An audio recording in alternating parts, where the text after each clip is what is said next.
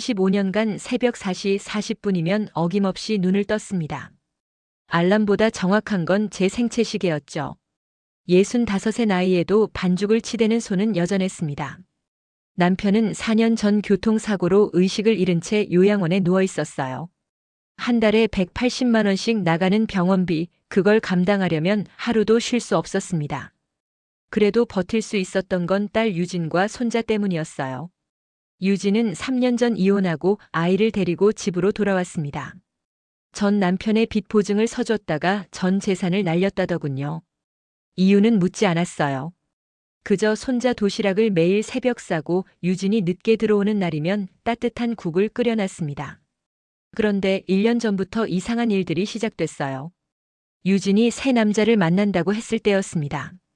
배준혁 구청 시설안전점 검언이라고 했죠.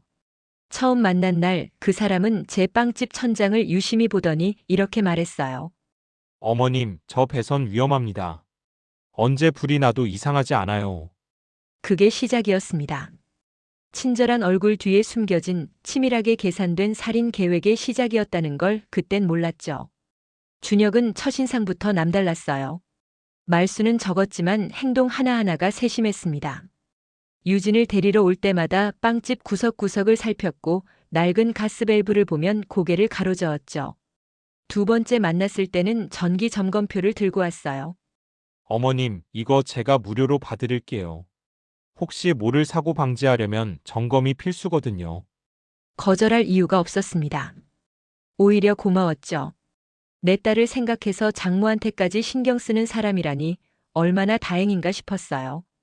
그는 일주일에 한 번씩 들러 빵집 곳곳을 기록했습니다. 계단 난간의 흔들림, 화장실 타일의 미끄러움, 주방 환풍구의 기름때까지. 어머님 연세 생각하면 작은 사고도 큰 부상으로 이어질 수 있어요. 그의 말은 늘 합리적이었고 전 점점 안심하게 됐습니다. 이 사람이라면 유진을 믿고 맡겨도 되겠다고요. 결혼식은 조촐했어요. 재혼이라. 하객도 많지 않았죠. 준혁 쪽 가족은 아무도 오지 않았습니다. 부모님은 일찍 돌아가셨고 형제도 없다고 했어요. 가족이라곤 이제 어머님밖에 없습니다. 그가 제 손을 꼭 잡으며 말했을 때 전 정말 이 사람을 아들처럼 여겨야겠다고 생각했어요. 신혼살림은 제 집 2층에 차렸습니다. 1층은 빵집, 2층은 주거 공간. 준혁은 출근 전 꼭 아래로 내려와 제 건강을 체크했어요. 어머님, 어젯밤 잘 주무셨어요? 혈압약은 드셨고요? 그의 체크리스트는 완벽했습니다. 복용 시간, 식사량, 수면 패턴까지. 병원 진료 기록도 그가 정리해서 파일로 만들어줬죠. 나중에 혹시 모를 일 대비해서요. 응급 상황에선 이런 기록이 생명을 살립니다. 전 감동했어요. 이렇게까지 해주는 사람이 어디 있나 싶었죠. 유진도 행복해 보였고 손자도 새 아빠를 따랐습니다. 그런데 결혼 6개월쯤 됐을 때였어요. 준혁이 처음으로 이상한 질문을 했습니다. 어머님, 혹시 생명보험 같은 거 들어두신 게 있으세요? 순간 뭔가 걸렸지만 그는 자연스럽게 이유를 덧붙였어요. 만약을 대비해서 정리해 두시는 게 좋거든요. 유진이랑 어머님 손자의 미래를 위해서라도요. 맞는 말이었어요. 전 보험 하나 없이 살아왔고 정말 무슨 일 생기면 장례비도 없을 판이었으니까요. 그날 이후 준혁은 보험 설계사를 소개해줬고 전 2개의 보험에 가입했습니다. 수익자는 당연히 유진이었죠. 보험금은 각각 8천만 원 합쳐서 1억 6천. 서류에 도장을 찍는 순간 준혁의 눈빛이 미세하게 변한 걸 느꼈어요. 착각이라고 생각했습니다. 하지만 그건 착각이 아니었어요. 보험 가입 후 한 달쯤 지났을 때였어요. 준혁이 특별한 차를 가져왔습니다. 어머님, 이거 몸에 정말 좋대요. 혈압 안정에 효과 있다고 해서 구해왔어요. 갈색빛 액체가 담긴 보온병이었죠. 따뜻하고 달콤한 향이 났습니다. 전 의심 없이 한 컵을 다 마셨어요. 30분쯤 지났을까요? 갑자기 숨이 막혀왔어요. 목구멍이 붓는 게 느껴졌고 시야가 흐려졌습니다. 쓰러지는 저를 준혁이 재빠르게 받아냈어요. 그리고 119를 불렀죠. 목소리엔 완벽한 당황이 묻어 있었습니다. 응급실에서 깨어났을 때 의사가 말했어요. 특정 식물성 알칼로이드에 의한 급성 알레르기 반응입니다. 조금만 늦었어도 위험했어요. 준혁은 제 침대 옆에서 고개를 숙이고 있었어요. 정말 죄송합니다, 어머님. 제가 성분을 제대로 확인 안 했어요. 건강차라고만 해서. 유진이 남편을 감쌌죠. 엄마 실수예요. 오빠가 얼마나 속상해 하는데요. 전 아무 말도 안 했어요. 그저 준혁의 눈을 봤습니다. 그 눈엔 미안함보다 다른 감정이 어려 있었어요. 아주 미세한 뭔가와 실망이 가득했어요. 퇴원 후 준혁은 더 극진해졌습니다. 아침마다 직접 만든 주스를 갖다 줬고 계단을 오르내릴 때마다 팔을 잡아줬어요. 어머님 조심하세요. 한 번 사고 나면 회복이 어려우시니까요. 그런데 이상했어요. 그의 손이 제 팔을 잡을 때마다 난간의 흔들림을 확인하는 것 같았거든요. 어느 날 밤 화장실을 가려는데 2층 거실에서 이상한 소리를 들었습니다. 준혁의 목소리였어요. 8천만 원으론 부족해. 빵집 건물이 문제야. 명의가 장모 앞으로 돼 있는데 유진이 앞으로 넘기게 하려면. 전화 통화를 하는 소리였어요. 상대는 누군지 몰랐지만 그 다음 말에 온몸이 얼어붙었습니다. 자연사가 제일 깔끔하긴 한데 나이 생각하면 낙상 사고가 더 자연스러울 것 같아. 계단에서 굴러떨어지는 게. 더 들을 수 없었어요. 떨리는 다리로 제 방에 돌아와 문을 잠갔습니다. 다음 날 아침 준혁은 여전히 다정했어요. 어머님, 요즘 계단이 더 미끄러워진 것 같은데 미끄럼 방지 테이프 새로 붙일게요. 그는 정말 테이프를 붙였습니다. 하지만 전 알았어요. 그게 안전을 위한 게 아니라 사고를 더 자연스럽게 만들기 위한 알리바이라는 걸. 며칠 뒤 빵집 정리하다 서랍 안에서 서류 하나를 발견했어요. 공공시설 안전보험 안내문. 제 이름으로 가입돼 있었고 수익자는 유진이었습니다. 문제는 전 이 보험에 가입한 적이 없다는 거였어요. 그날 밤 전잠을 이룰 수 없었어요. 머릿속으로 모든 퍼즐이 맞춰지기 시작했습니다. 준혁이 처음 우리 집에 왔을 때부터 했던 모든 행동들. 계단의 흔들림을 확인하고 가스밸브를 점검하고 전기 배선을 살폈던 것들. 그건 안전 점검이 아니었어요. 사고 시나리오를 짜는 과정이었던 거죠. 새벽 4시 전 조용히 2층으로 올라갔습니다. 준혁과 유진은 깊이 잠들어 있었어요. 거실 책상 위에 준혁의 서류 가방이 놓여 있었죠. 손이 떨렸지만 열어야 했어요. 가방 안엔 예상대로 서류들이 빼곡했습니다. 각종 안전 점검 보고서, 사고 처리 매뉴얼, 보험금 청구 절차 안내문. 그리고 그 사이에 끼워진 노트 한 권. 펼치는 순간 숨이 멎는 줄 알았어요. 강명숙 만 65세 고혈압, 당뇨 기왕력. 그 아래로 빼곡한 메모들이 이어졌습니다. 1차 시도 알레르기 유발 실패, 용량 부족 추정. 2차 계획 계단 낙상 난간 느슨함 확인 완료, 새벽 시간대 유도 필요. 3차 대안 마이너스 가스 누출 취침 중 노출 시 자연사 처리 가능성 90%. 페이지를 넘기자 더 끔찍한 내용이 나왔어요. 목표 자산 빵집 건물 시가 4억 2천. 보험금 합계 1억 6천. 요양병원비 정산 후 예상 순수익 약 5억. 처리 후 수순. 유진명의 이전. 건물 매각. 분배. 마지막 줄에는 이렇게 적혀 있었습니다. 예상 소요기간. 3개월 이내. 협력자 L. 그게 누군지는 몰랐지만 준혁 혼자 꾸민 일이 아니라는 뜻이었어요. 그때 뒤에서 인기척이 느껴졌습니다. 어머님, 왜 거기 계세요? 준혁이었어요. 잠옷 차림으로 서 있었죠. 그의 눈빛은 차갑게 식어 있었습니다. 화장실 가려다가 목이 말라서. 그래요? 그런데 왜 제 가방을 보고 계시죠? 더 이상 변명할 수 없었어요. 준혁은 천천히 다가왔습니다. 어머님 보셨군요. 그의 목소리엔 더 이상 존댓말의 온기가 없었어요. 원래 좀 더 자연스럽게 하려고 했는데 어쩔 수 없네요. 준혁이 제 팔을 잡았습니다. 힘이 셌어요. 계단 쪽으로 끌려가는 게 느껴졌죠. 지금 계단에서 굴러떨어지셔도 누가 뭐라고 하겠어요? 한밤중에 화장실 가시다 미끄러지신 거죠. 전 필사적으로 버텼어요. 하지만 65 노인의 힘으론 역부족이었습니다. 바로 그때였어요. 뭐 하는 거예요? 유진이 방문을 열고 나왔습니다. 잠에서 깬 눈으로 우릴 바라봤죠. 준혁의 손에 힘이 풀렸어요. 전 그 틈을 타 몸을 빼냈습니다. 유진아, 엄마 왜 이 시간에 여기 계세요? 오빠는 또 왜 그렇게 엄마 팔을 잡고. 유진의 눈빛이 흔들렸어요. 뭔가 이상하다는 걸 느낀 거죠. 여보, 장모님이 몽유병이 있으신가 봐. 계단에서 비틀거리셔서 잡았어. 준혁은 순식간에 다정한 목소리로 돌아왔습니다. 하지만 전 알았어요. 이 순간을 넘기면 다음 기회는 없을 거라는 걸. 유진아, 저 사람 믿으면 안 돼. 제 목소리는 떨렸지만 또렷했어요. 유진이 당황한 표정을 지었습니다. 엄마, 무슨 소리예요? 저 사람이 날 죽이려고 해.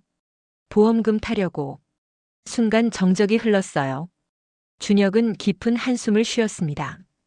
여보, 장모님 요즘 많이 힘드신가 봐. 스트레스 때문에 망상이. 망상 아니야. 저 가방 안에 다 있어. 네 엄마 죽이는 계획이 전부 적혀 있다고. 유진이 가방을 집어들었어요. 서류들을 꺼내보기 시작했죠. 준혁의 얼굴이 굳어졌습니다. 유진은 떨리는 손으로 노트를 펼쳤어요. 그리고 그 내용을 보는 순간 얼굴이 하얗게 질렸습니다. 오빠, 이게 뭐예요? 여보, 그건 엄마 이름이 왜 여기 있어요? 계단 낙상, 가스 누출. 이게 대체 뭐냐고요? 유진의 목소리가 떨렸어요. 준혁은 잠시 망설이다가 갑자기 표정을 바꿨습니다. 차가운 미소를 지었죠. 그래, 맞아. 네 엄마 죽이려고 했어. 유진이 뒤로 물러섰어요. 믿을 수 없다는 표정이었죠. 미쳤어? 왜? 왜 그런 생각을 했어? 왜긴 왜야? 돈 때문이지. 준혁은 이제 숨기지 않았어요. 본색을 드러낸 거였습니다. 네 엄마 빵집 건물이 4억이 넘어. 거기다 보험금까지 합치면 6억 가까이 되는 돈이야. 그 돈이면 우리 빚 다 갚고도 남지. 빚이라니. 네 전남편 그 인간이 내 고등학교 선배거든. 그 자식이 보증 잘못 써서 날린 돈이 2억이야. 나한테 떠넘기고 도망갔어. 그제야 퍼즐이 완성됐어요. 유진의 전 남편과 준혁이 연결돼 있었던 겁니다. 그래서 나한테 접근한 거예요? 처음부터? 처음엔 네가 돈이 있는 줄 알았지. 근데 알고 보니 깡통이더라고. 친정엄마가 진짜 금맥이었어. 준혁이 비웃듯 말했어요. 안전정 검언이란 직업이 얼마나 좋은지 알아? 사고 위험 요소를 누구보다 잘 알잖아.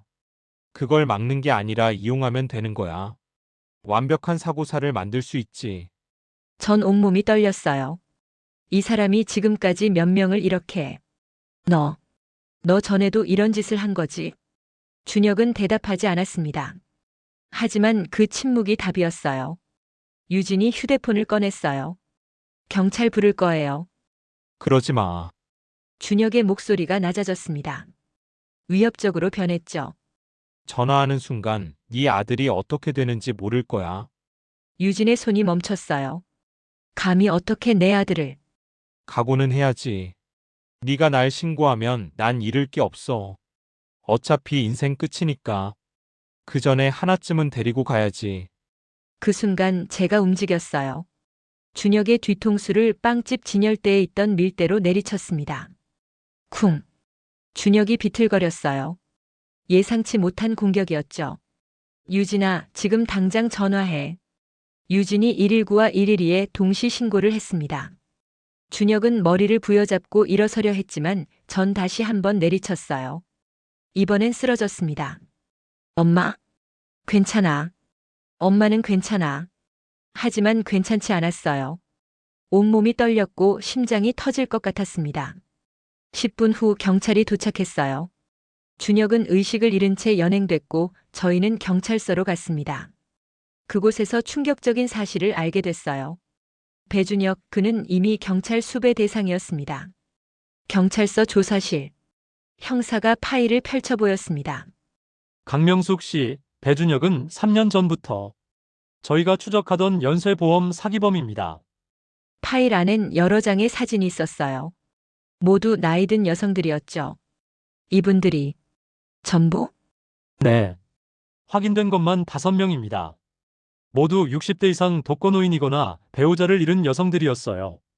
형사는 사진을 하나씩 가리켰습니다. 첫 번째 피해자 68세 김순자 씨. 계단에서 굴러떨어져 사망. 보험금 9천만 원. 두 번째 71세 박영애 씨. 가스 중독 사고사. 보험금 1억 2천. 세 번째 63세 최미란 씨. 수면제 과다 복용으로 추정되는 사망. 보험금 8천. 가슴이 무너지는 것 같았어요. 제가 거의 6번째가 될 뻔했던 거죠. 그런데 왜 미리 못 잡으셨어요? 증거가 없었습니다. 모든 사고가 너무 자연스러웠고 배준혁은 매번 신원을 바꿨어요. 이번엔 안전점검원이었지만 이전엔 요양보호사, 그전엔 설비기사였습니다.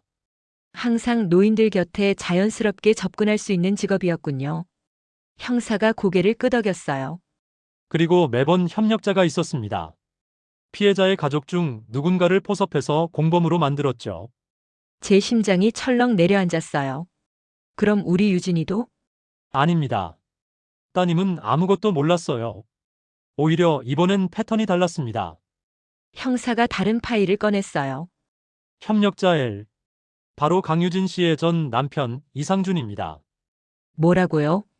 배준혁과 이상준은 고등학교 동창이었어요. 이상준이 사채 빚에 쪼들리자 배준혁에게 도움을 청했습니다. 그리고 배준혁은 제안했죠. 전 부인의 친정어머니를 이용하자고. 모든 게 계획된 거였어요. 유진의 이혼도 재혼도 전부. 이상준은 배준혁에게 어머님의 재산 정보를 넘겨줬고 배준혁은 유진에게 접근했습니다. 보험금을 타면 반씩 나누기로 한 거죠. 그 더러운 인간들. 형사가 태블릿을 건넸어요. 이것 좀 보시겠습니까? 배준혁의 태블릿에서 복구한 파일입니다. 화면엔 체크리스트가 떠 있었어요. 최종 작전 타임라인. 디데이 60일. 보험 가입 완료 1억 6천. 디데이 45일. 1차 시도 알레르기 유발 실패. 디데이 30일. 2차 준비 계단 환경 조성. 디데이 14. 가스밸브 조작 완료. 디데이 7. 최종 점검. 그리고 마지막 줄. 디데이. 11월 23일 새벽 3시. 오늘이 11월 22일이었어요. 내일 새벽이면 전 죽어 있었을 겁니다. 손이 떨렸습니다. 더 보셔야 할 게 있습니다. 형사가 다음 페이지를 넘겼어요. 그 순간 숨이 멎었습니다. 대상 우선순위. 1순위 강명숙 만 65세. 주 타깃. 2순위 강유진 만 38세. 예비 타깃. 처리 수순 1순위 제거 후 3개월 경과 2순위 착수. 2순위 시나리오. 모친 사망 충격으로 인한 우울증. 자살 위장. 유진이 옆에서 파일을 보고 있었어요. 그 내용을 읽는 순간 유진의 얼굴이 새하얗게 질렸습니다. 나도. 죽일 생각이었어? 그래. 어머님을 제거한 후 재산 정리가 끝나면 너도 처리할 계획이었었지. 1년 안에 모녀를 모두 제거하고 재산을 가로채려 했던 겁니다. 유진이 그 자리에서 주저앉았어요. 전 딸을 끌어안았습니다. 괜찮아, 이제 괜찮아. 하지만 형사의 다음 말에 등골이 오싹해졌어요. 그런데 한 가지 더 문제가 있습니다. 뭔데요? 이상준의 행방을 찾을 수가 없습니다. 배준혁 체포 소식을 듣고 잠적한 것으로 보입니다. 따님과 손자분의 신변 보호가 필요합니다. 이상준이 보복할 가능성이 있습니다. 경찰 보호를 받으며 일주일이 흘렀습니다. 손자는 학교도 못 가고 집에만 있어야 했어요. 유진은 하루 종일 멍하니 창밖만 바라봤죠. 엄마, 내가 정말 바보였어요. 유진이 처음으로 울음을 터뜨렸습니다. 아니야. 넌 잘못한 거 없어. 아니에요. 엄마가 그렇게 힘들게 일하는데 난 남자만 믿고 엄마를 위험에 빠뜨렸잖아요. 전 유진의 머리를 쓰다듬었어요. 할 말이 없었습니다. 사흘 후 형사에게서 연락이 왔어요. 이상준 검거했습니다. 인천 모텔에 숨어 있다가 잡혔어요. 도주 자금도 떨어지고 갈 곳도 없었나 봅니다. 순순히 체포됐어요. 생각보다 허무했어요. 그렇게 무서웠던 사람이 결국 쫓기다 지쳐 잡혔다니. 재판은 언제쯤 열리나요? 한 달 정도 걸릴 겁니다. 증인 출석 요청서 보내드리겠습니다. 전화를 끊고 나니 온몸의 긴장이 풀렸어요. 그제야 실감이 났습니다. 이제 끝났다고. 유진이 조용히 물었어요. 엄마, 이제 어떡하죠? 살아가야지. 계속. 빵집은요? 다시 열어야지. 안 그럼 병원비 못 내잖아. 유진이 고개를 떨궜어요. 엄마, 미안해요. 내가 제대로 된 남자 하나 못 만나서. 그만해, 네 잘못 아니야. 하지만 유진은 계속 울었어요. 전 그저 딸의 등을 토닥여줄 수밖에 없었습니다. 한 달 후 재판이 열렸습니다. 법정은 생각보다 작고 삭막했어요. 배준혁은 수갑을 찬 채 들어왔습니다. 살이 빠져 있었죠. 검사가 죄목을 읽었어요. 살인미수, 보험사기, 사문서 위조. 길게 이어지는 혐의들. 피고인 배준혁에게 징역 25년을 구형합니다. 피고인 이상준에게 살인미수 공모, 주거침입, 특수협박. 징역 10년을 구형합니다. 재판장이 저를 증인석으로 불렀어요. 피해자분, 하실 말씀 있으십니까? 전 천천히 일어나 배준혁을 봤습니다. 그는 고개를 숙이고 있었어요. 없습니다. 사실 할 말이 너무 많았어요. 하지만 입 밖으로 나오지 않았습니다. 무슨 말을 해도 죽을 뻔했던 공포는 사라지지 않을 테니까요. 판결은 2주 후에 나왔어요. 배준혁 징역 22년, 이상준 징역 8년. 형사가 전화로 알려줬습니다. 어머님, 판결 나왔습니다. 이제 안심하셔도 됩니다. 하지만 안심이 되지 않았어요. 22년 후면 배준혁은 60대가 돼서 나올 겁니다. 그때 또 누군가를 노릴지도 모르죠. 유진이 물었어요. 엄마 후련해요? 글쎄, 잘 모르겠다. 저도요. 그냥 피곤해요. 우린 그날 밤 아무 말 없이 나란히 앉아 있었어요. 텔레비전도 켜지 않고 그냥 멍하니. 다음 날부터 전 빵집 정리를 시작했습니다. 한 달 넘게 문을 닫았더니 먼지가 수북했어요. 유진이 같이 닦아줬습니다. 엄마, 혹시 다른 일 해볼 생각 없어요? 35년 했는데 지금 와서 뭘 바꿔? 이것밖에 못해. 엄마는 이게 편해. 사실 편한 건 아니었어요. 매일 새벽에 일어나는 게 힘들었고 오래 서 있으면 허리가 아팠습니다. 하지만 이 일을 그만두면 뭘 해야 할지 몰랐어요. 그냥 하던 대로 사는 게 제일 쉬웠습니다. 재개장 첫날 단골 손님 몇 분이 오셨어요. 사장님 괜찮으세요? 소문 들었어요. 네, 괜찮아요.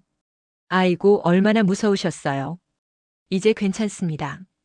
다들 걱정해 주셨지만 전 그냥 빨리 일상으로 돌아가고 싶었어요.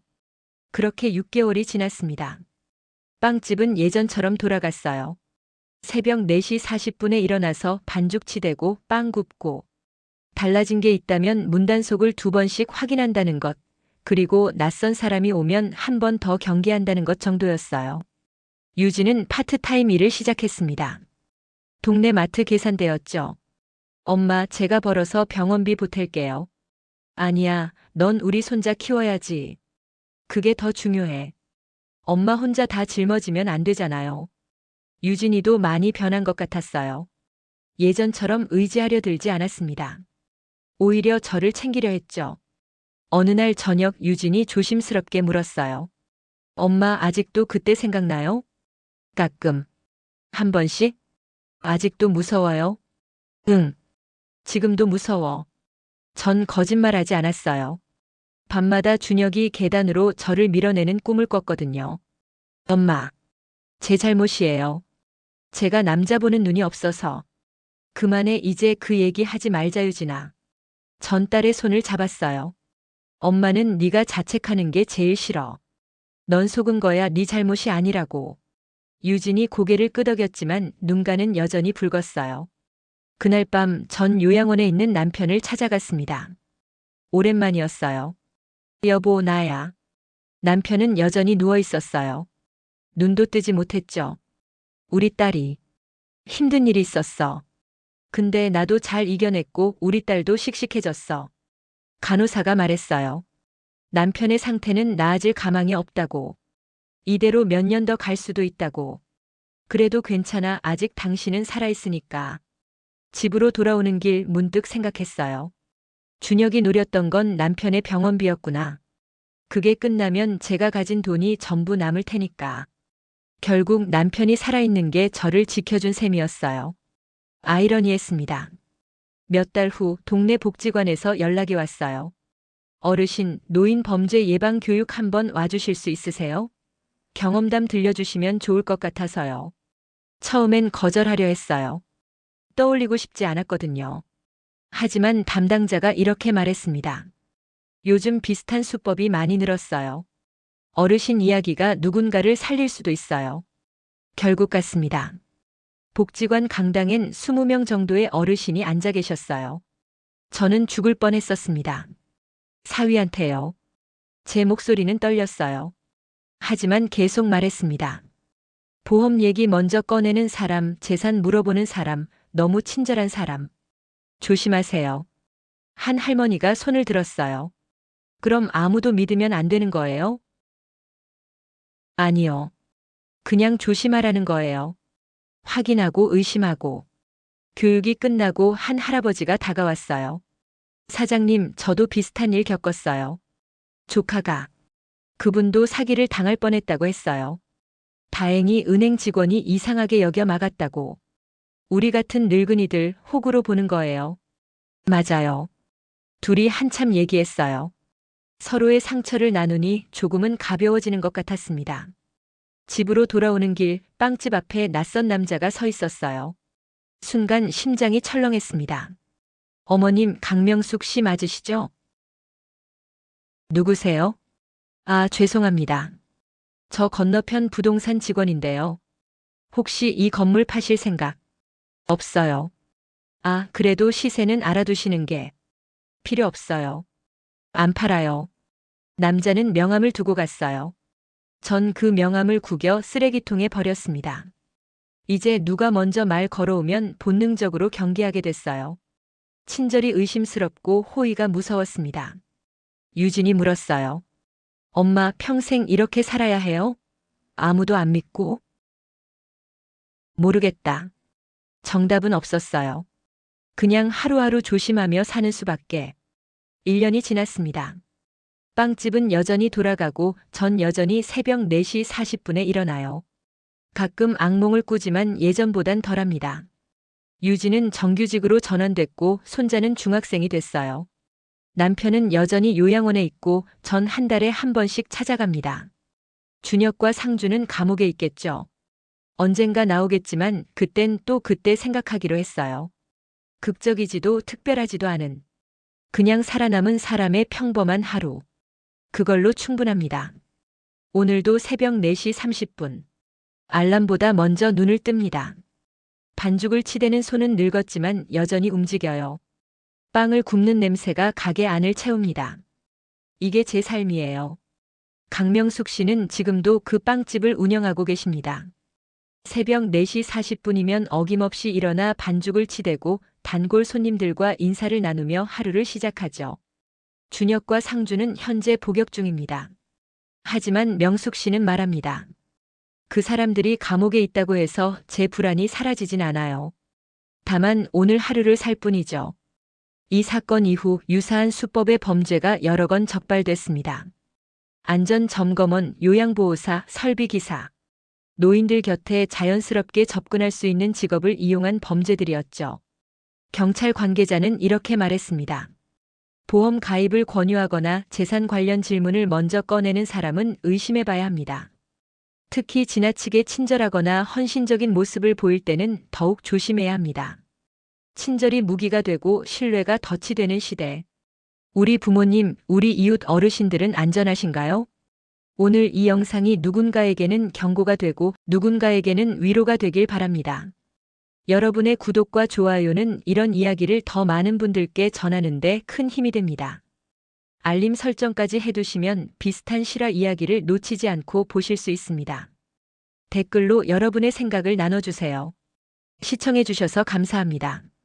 사연은 개인정보 보호를 위해 재구성된 이야기이며 실제 인물단체와는 무관합니다.